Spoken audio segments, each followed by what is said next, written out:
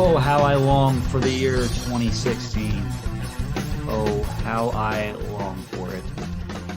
Hello again and welcome to Sigdaddy's Wrestling Show. I'm your host, Skylar Sigdaddy Sigmund, joined by the assistant to the host, J.O. And I hinted it in the intro. We're talking about WWE in 2016. More specifically, why 2016 was WWE's last great year. It's going to be an interesting conversation. We'll get into it here in a few short moments, but there's been some big news happening in the wrestling world recently. Johnny Gargano's back in WWE. And I'm not sure if we talked about it during in one of our episodes or if it was just something we were talking about with each other, but we thought that was going to happen sometime soon. And look at that. Now look, and the thing was, the way they did it was so well. They executed it like it was like it was just, oh, after commercial break, Johnny Gargano's back. Oh, cool. Like literally, it was no announcement or anything. They just like came back from a commercial break. Rebel Heart hits. Thank God they used that music. Thank God.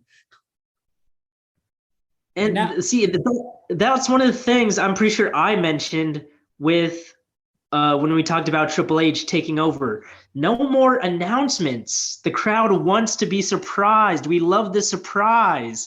And I think, not even I think, I know Triple H knows that about the fans. So that's what he does. Surprises us. Let's just have these awesome moments. So it's already a good sign. Yeah, I'm liking the direction everything's heading in. Is WWE heading towards a big surge in the last quarter for a little over a quarter left of the year? But are they about to hit a big surge here soon? Because I think they're getting hot now. It's getting hot again for them. The product's getting more interesting. That I'm borderline about to watch because I want to see Gargano wrestle, because that's just his NXT matches were just a thing of beauty, exquisite matches. But yeah, we're talking about 2016 on this episode, and let's not waste any more time getting into it. 2016, man. So we were juniors in college at this point, like sophomores and juniors in college at this point, for this year in WWE. And we're going to tell you why this was the last great year for WWE. Not saying they're not going to have another great year soon. So I feel like they're going to be on the cusp of it here in 2023 because 2022 is setting up for a great 2023. But 2016, man, one of the main highlights I take, why I think it was so great and it was the best year, was the Kevin Owens, Chris Jericho relationship. That was such a great storyline, man. And we can talk about the list. Of course, that's going to be a big part of it, but that's my next point anyway. They just work together so well. And also, I just wanted to add real quick that I saw that KO brought out his old duct tape. He's KO the prize shirt. fighter. He's the prize fighter again. Thank you. So if you want to talk about symbolic, that's a good way of showing we're going to go back to what I know, to what I'm best at. And that's my favorite version of KO. That was my favorite version of KO. That's the version of KO that showed up on Money in the Bank, I think 2015, 2014, I think, one of the years. I can't remember. He showed up and beat John Cena his first match in. I'm like, clean as a whistle. Clean as a whistle. I'm like, this is the guy we've been needing for the last 5 years. Where has this guy been? Oh, man. Yeah, I'm excited. Yeah, you said you wanted to you might tune in to start watching Gargano. I want to tune in so I can see this version of KO again. Yeah, that's another one.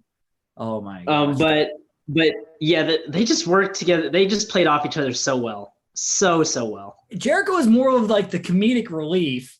KO was a little more serious, but like Jericho was so freaking funny and his comedy was so on point here.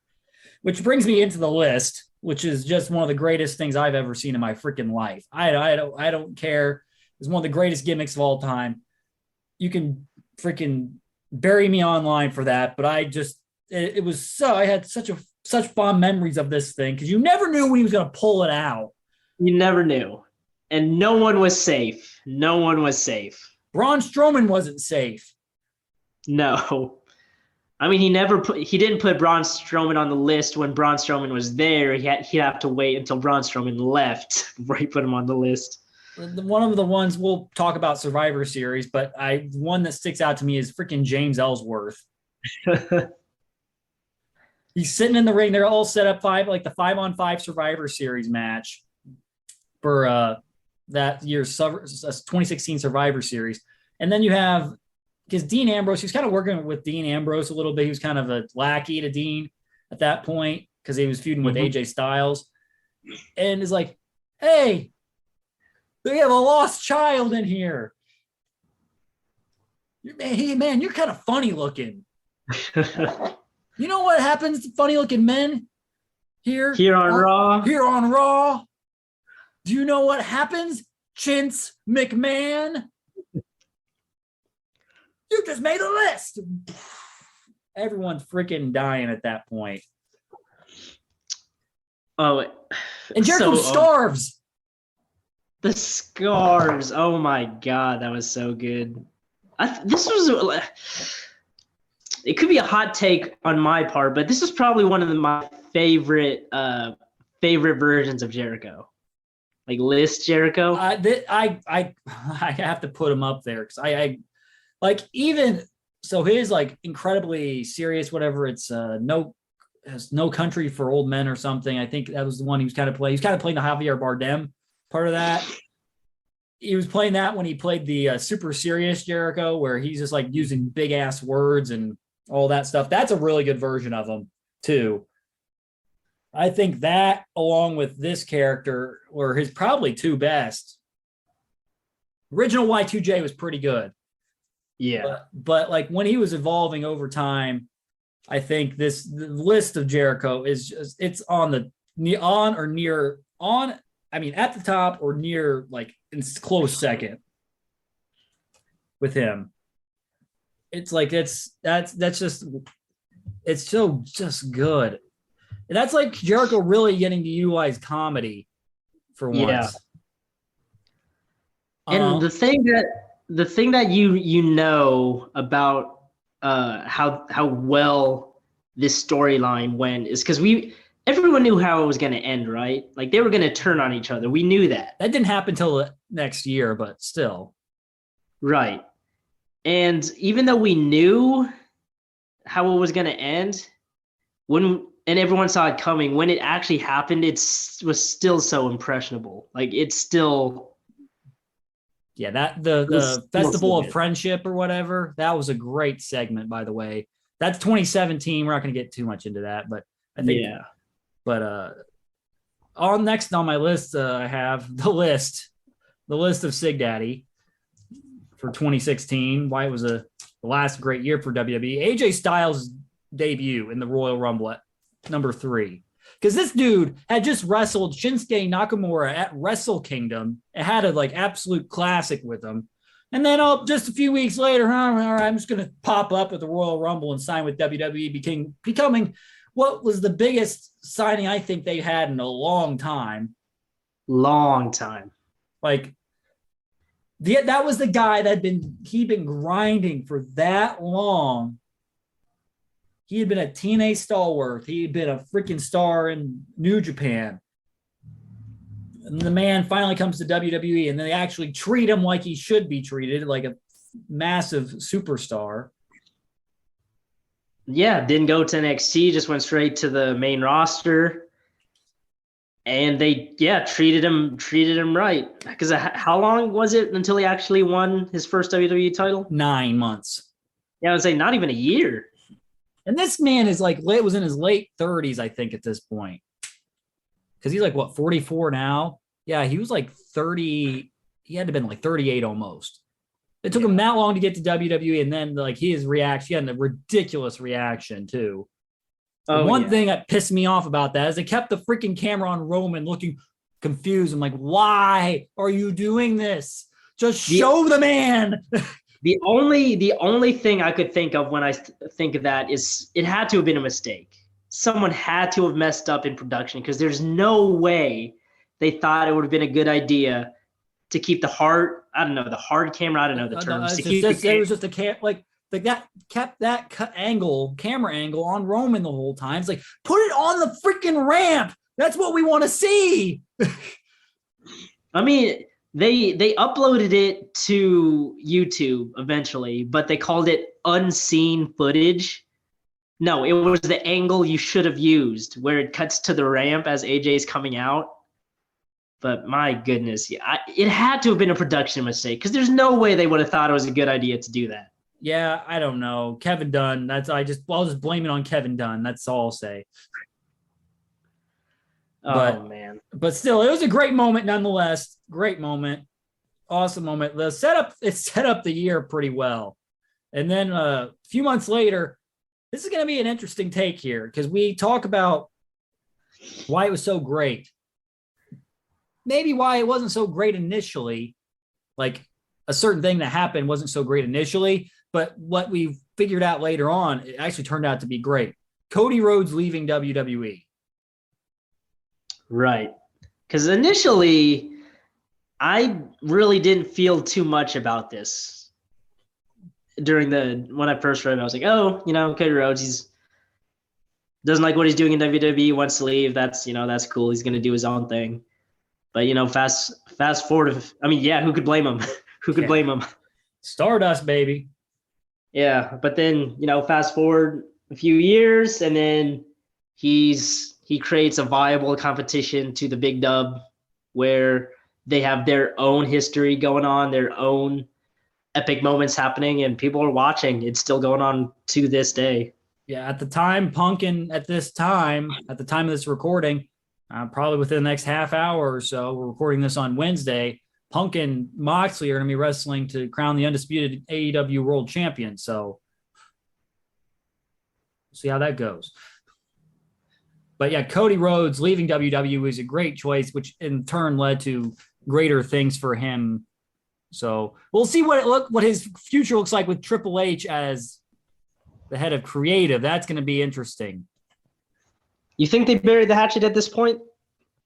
I think so. We'll see what happens here. We'll see what happens in coming months. What's going to be interesting because that was a Vince thing. I'm pretty sure it was. Yeah. So up next, same around this. I think it was a little after WrestleMania. Cody Rhodes left. I think maybe a couple months, but at WrestleMania 32, Zack Ryder winning the Intercontinental Championship at that year's WrestleMania 32. Really good feel good moment. No one thought he was going to actually win that ladder match. Like no one did. You had Kevin Owens and Sami Zayn in there as well as like Dolph Ziggler and some others. And so you didn't think he was going to win. And Miz was in there as well. Yeah. On the priority list, I don't know what word I'm looking for, but the odds that he had compared to everyone else that you just listed, yeah, his weren't that high. No, but he ended up winning in a shocking surprise, which is nice to see in a really good ladder match. Stardust was actually in that too. I forgot Cody was before he left. Yeah, that was a great moment. It only lasted one day though, because he lost the title the next night, of course. Oh my God. To Miz in a rematch. That same WrestleMania though, we also got the women's triple threat match to crown the first ever Raw Women's Champion, Sasha Banks versus Becky Lynch versus Charlotte Flair, who was the Divas champion at that point. And I think Lita was at the WrestleMania to introduce the Raw Women's Championship. And they had a really, really good match at WrestleMania. It was like the first women's WrestleMania match, title match, women's championship match in quite a long time, it seemed like. Yeah. As we're going through these, sorry, just a quick sidebar, but as we're just going through these, it's crazy to think how long ago this was. 2016? 6 years ago. Jesus Christ. Man, I'm sorry. As we're going through this, is just something that came into my mind. Yeah, I agree because I'm like, goodness gracious, this was 6 years ago. I feel old now. I remember a lot of these moments. Yeah, in Central Hall at UND. Mm-hmm. My goodness. Good times. Seth Rollins, another one. He returned at Extreme Rules. He had tore ligaments in his knee the year before, and he returned at Extreme Rules attacking AJ Styles after AJ Styles, not attacking AJ Styles, but attacking Roman Reigns after his WWE title defense against AJ Styles, which is another highlight of that year, was the series of matches those two had, Styles and Reigns. But that was a cool return, and like the crowd popped for it too, and Seth's supposed to be a villain. Yeah, I do remember that, which I'm trying to think, 2016. So they were, a year, 2 years into Roman's push. So at this point, the fans weren't into it, right? No, they weren't. Yeah, so if you're putting anyone against Roman, to the fans at least, they're going to be the face because they're going to boo Roman no matter what. And then this leads me into the next month. So the next month they have Money in the Bank, where all three members of the Shield end up holding the WWE title by the end of the night. Because Roman came in there as the defending champion facing Seth Rollins. Seth beats him to win the title, but the newly crowned Mr. Money in the Bank, Dean Ambrose, after Rollins wins and is celebrating, hits him with the briefcase from behind, hits the Dirty Deeds, and it's then the WWE champion. Great moment, great piece of history. Yeah, because that's a cool thing to think about and to even say. One night, all three members of the Shield were WWE champion. Like that's cool. That's like it's one of their best factions of all time, and easily one of the best factions of all time. Yeah, it began 2012, I think. Yeah, it was late 2012. Oh my gosh, that's 10 years ago. God. And they started right here in Indianapolis, Indiana, did they not? Yes, they did. Survivor Series 2012. Oh, my Lord. Every time we mention something on here, I feel like I'm aging like 5 years. All right, here we go as well. There's another thing. The New Day. They're record-setting WWE, which was initially the WWE Tag Championships, but then they turned into the Raw Tag Team Championships. And they ended up having a record-setting title reign over a year. So that was they were a highlight of the show, like that whole year pretty much, like any show they were on. See, there was a point when I was getting a little tired of the New Day, but I don't think that happened yet during this time because they were still pretty hot. They were still pretty funny. And they were new. They were still like only a year or so in too. Was it only a year? Okay, so then it definitely wasn't yet because early on I thought the New Day were pretty funny. I liked them. Yeah, they were like this title reign went over a year, and that was pretty cool as well. Also, we had a debut, Bayley debuting on the main roster at Battleground, teaming with Sasha Banks against Charlotte and Dana Brooke. That was cool. Yeah, for those out there, I don't think I've said it nearly as much as I have with Finn Balor, because everyone knows out there Finn Balor is probably my favorite male wrestler, but for a while there, Bayley was my favorite female wrestler. So seeing her debut was pretty dope. I do remember the videos of them showing the reactions of Charlotte of Dana Brooke when Sasha called out her partner, and they were just had that surprise Pikachu face going on. Like, I know Sasha just kind of like smiled and grinned and stuff. That was pretty cool. Yeah, because they were, they're BFFs.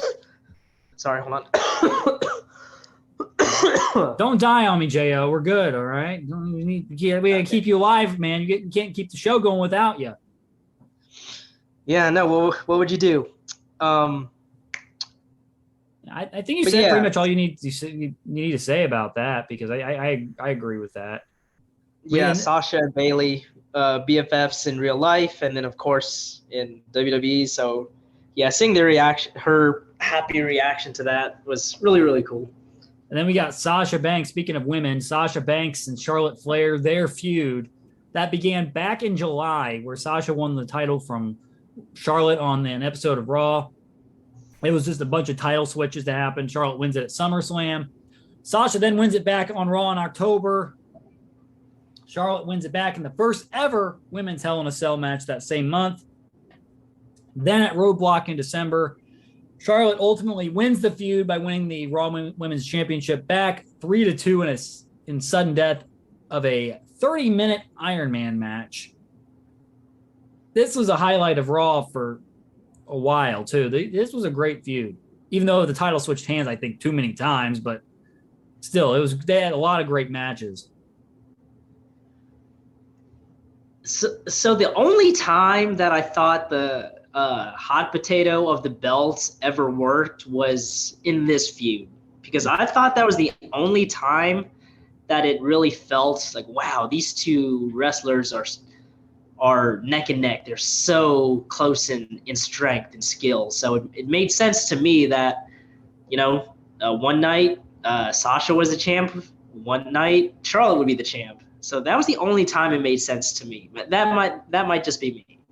Yeah, I don't like I'm kind of like a old school when it comes to I don't like the title being freaking hot potatoed all the time.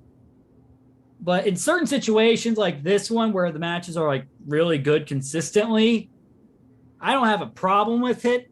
Like you said, they're very evenly matched, and yeah, it was great. That was a great feud, and one of my it's one of my favorite women's feuds, I'd say, in since in a while. Like it probably like be a top 5 women's feud for me. I think looking at it. Because you got to put Bailey and Sasha up there from their NXT days, because that's just NXT days. Yep. So yeah, put that in there, and then we also have another feud. I think this was the feud of the year. This had to be the feud of the year. AJ Styles versus John Cena. Need I say more? No, those two names alone. Like AJ Styles is already a big star as he was. But this series of matches like we had with Cena solidified him as a freaking like, okay, this is going to be the guy here soon. I don't know if this was official like by WWE, but I know a lot of the fans were seeing it as the face. Like, of course, at this point, John Cena is starting the Hollywood stuff, really. Yeah. So he's not officially face of the WWE anymore, but he has been for so long. Like, John Cena is WWE, and then he's going up against AJ Styles, TNA mostly, and then even New Japan. So the fans, at least from what I could tell, were seeing it as WWE versus TNA or someone who wasn't in WWE. And everyone knows with Big Match John, 9 times out of 10, he's going to come out on top. So that's what a lot of people were afraid of. But then with how the feud was going, people were starting to believe that, yeah, AJ could be the guy. And he ended up being the guy. Like, even though I don't think they fully invested him as the main event guy, which that's what kind of bothers me. But still, his match with Cena at SummerSlam, Money in the Bank and SummerSlam, where he beats Cena, I think, moves pretty cleanly in both matches. And these were absolute freaking bangers. And they would have another banger early in 2017, which was, oh my God, one of my favorite WWE championship matches in a long time. That was up. That's got to be up there with some of my favorite WWE title matches. And yeah, 2016 Styles Cena feud was definitely a big, big highlight. 100% agree. Also, your boy, we talked about your boy earlier, Finn Balor. Finn Balor. So this 2016, he gets brought up from NXT. He initially, so like early on, like they're, I think, getting ready to crown the Universal Championship. They introduce it, not too much fanfare because they didn't like, they think the title belt's pretty ugly. But still, they have Finn Balor beat Roman Reigns clean as a whistle on Raw. And then they have him beat Seth Rollins at SummerSlam to win the Universal Championship and become the first ever Universal Champion.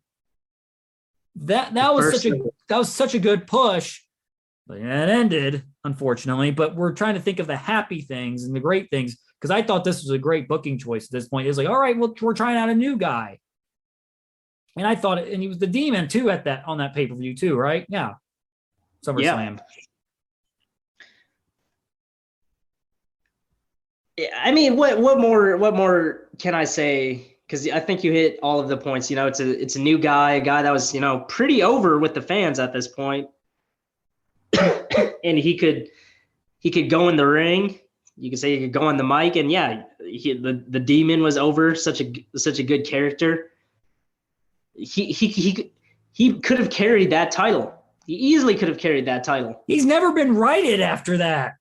No, he still has yet to defend it correctly for the title he never lost.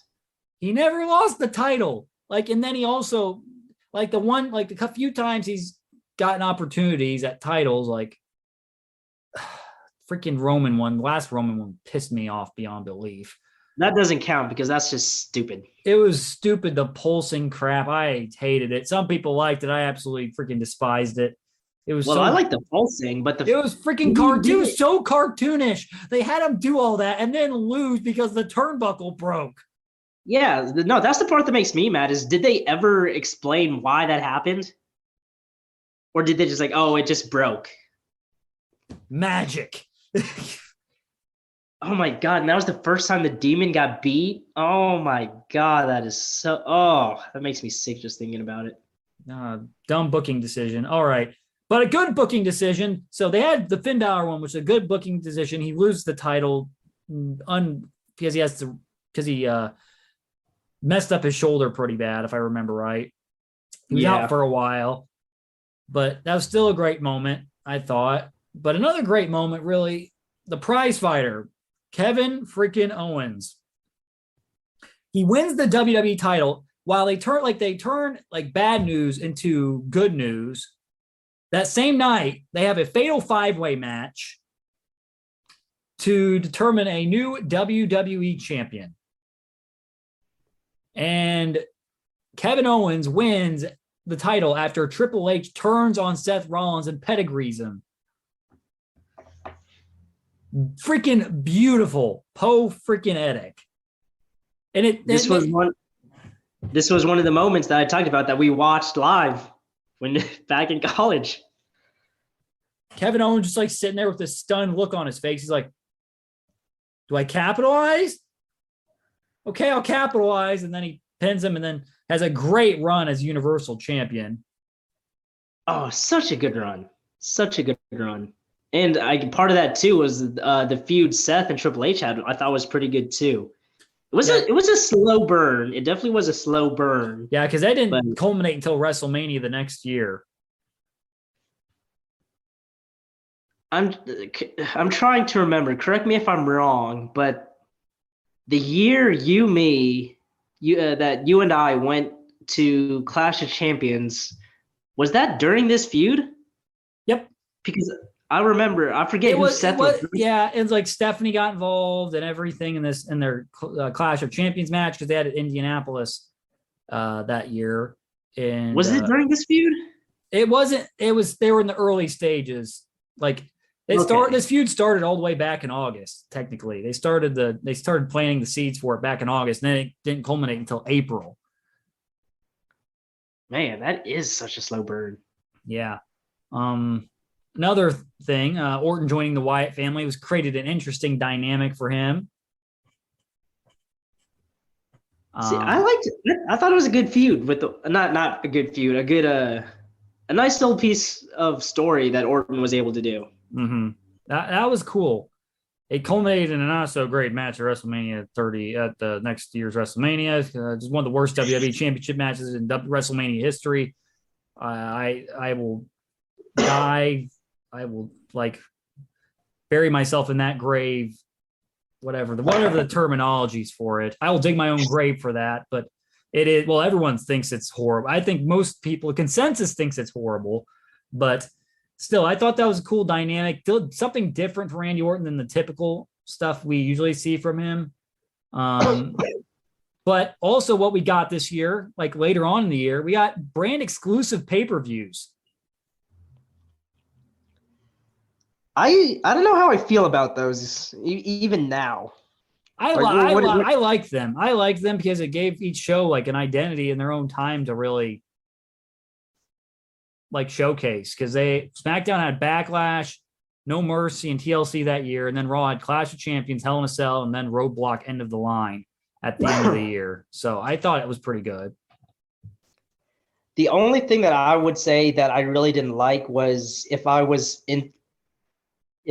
interested in seeing a specific wrestler perform at, let's say, Hell in a Cell or TLC, and if I knew it wasn't going to be their show, then I knew that I was going to miss them on the pay-per-view, and that kind of bummed me out, you know? Mm-hmm. Yeah, I get that. The Odd Couple, another highlight. The Odd Couple, Rhino and Heath Slater become the inaugural SmackDown Tag Champs at Backlash. That is like a trivia question. Right, as you say, it's kind of it gives you the reaction of, really, them? They were the ones who They beat the Usos, I'm pretty sure.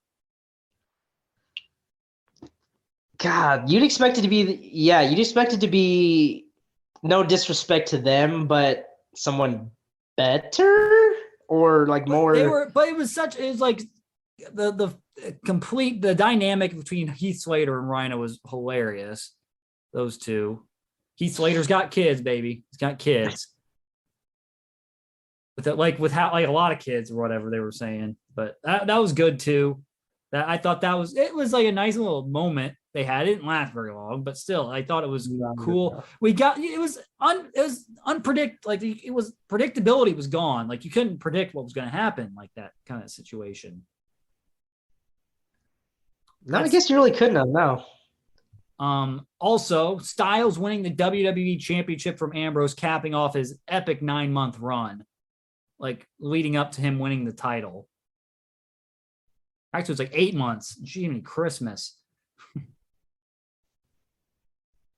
Would you say 2016 was AJ Styles' best year? Oh yeah, I thought about this recently, and I said AJ Styles' best year is 2016. You could say it was 2017 into 2018. I don't think so. I think 2016 was his best career year in WWE. His first year in WWE was his best year by far. Hard to argue. Survivor Series, kind of wrapping up the year here. Goldberg smashing Brock Lesnar in his first match in over 12 and a half years. I'm not a fan of Goldberg's latter run in WWE. Don't get me wrong, but his initial comeback was really fun to watch. And I completely missed this. I was getting food, and I'm like, all right, I don't have time to so I can watch this video package, and I'll be able to go get food and come back here and watch the Goldberg match. By the time I get back, the pay-per-view's over. That I will always remember this moment because of what you just said. Because yeah, you left thinking you have time to get food, and I'm just watching the match, and then it happens, and then you walk through the door, and I'm just jumping like, "Oh my God, Scholar, you'll never guess what happened." Goldberg practically killed Lesnar. It was my first holy shit moment. Like I jumped up from my seat when I watched that happen. It was so insane. Yeah, Goldberg just absolutely squashed Brock in an incredibly quick fashion. Awesome moment. Like unpredictability. Like though I'm just saying, like you can't predict that crap. No, such an epic moment. 5-on-5 elimination match from that same show. Styles, Ambrose, Orton, Wyatt, and Shane versus Strowman, Jericho, KO, Reigns, and Rollins. Bray Wyatt ended up being the lone survivors for Team SmackDown. And gosh, it was such a good match. It almost went an hour. It was so good. Such a good match. And the star power, my God. Strowman was getting hot at this time. Oh my God, so good. Shane O'Mac got concussed. Bad. He ate that spear and his head just bounced off of the. You thought he canvas. was. You thought he. You saw he was like his. He was like, oh my gosh, he is out. He's completely gone, like out of it. Yeah, he was out. He was out. I think we talked about it I think he just instinctively kicked out when he wasn't supposed to. So what they ended up doing was calling it a Shane McMahon is unable to compete, just so they could get him out of the ring. Yeah. Oh, yep. That was just a great moment. And then Alexa Bliss winning her first of many women's championships at TLC. Great. It just caps off a great year. Jo, if you were to encapsulate 2016, why is it the last great year for WWE? I would just say epic moments after epic moments. Just so many good moments. Like the storylines worked. That everything came together well. The storylines were great. The wrestling was great. The comedy stuff was freaking great. All of this came together and made for a great product that you looked forward to watching like every week. Every week. And that's what we did back in college. We tuned in almost every week. And I haven't seen a year since then that's really like been like that. 2017, we'll get into that more later. Baron Corbin got involved. That just kind of ruined the whole year. It was good. It started off all on a pretty high note, but the rest of the year was pretty bad. But 2018, that WrestleMania did not get it off to a very good start. 2019, they had some good moments in there, like Kofi Mania and Becky Lynch winning the title, the Becky Two Belts thing. But like since then, they have not been able to like recapture that sort of magic they had in 2016. No, not really haven't been able to. And it's unfortunate, really. But coming up next time, we just mentioned 2017. I hope you enjoyed this episode of why 2016 was WWE's last great year. We're talking about 2017 next time on this episode, on this show. I mean, goodness gracious. Yeah, we're talking about 2017 next time on this show. Why 2017 was an awful year for WWE. There's a lot of reasons. I've already got multiple reasons here, but we'll get into those next time here on Sigdaddy's Wrestling Show. Want to once again thank you all for listening. You can follow the show on Facebook, Twitter, Instagram, Facebook, Twitter, and TikTok at Sigdaddy Wrestle, and on Instagram at sigdaddy.wrestle. Find it on Apple Podcasts, Podbean, Spotify, the iHeartRadio app, wherever you get your podcasts. You can listen to Sigdaddy's Wrestling Show. Jo, where can everyone find you? Everyone can find me at Instagram and Twitter at Jeremy Ordas. All right. Well, thank you again, Jo, for joining me on the show. I'm Skylar Sigdaddy Sigmund with Jo, thanking you all for listening and saying so long, everybody.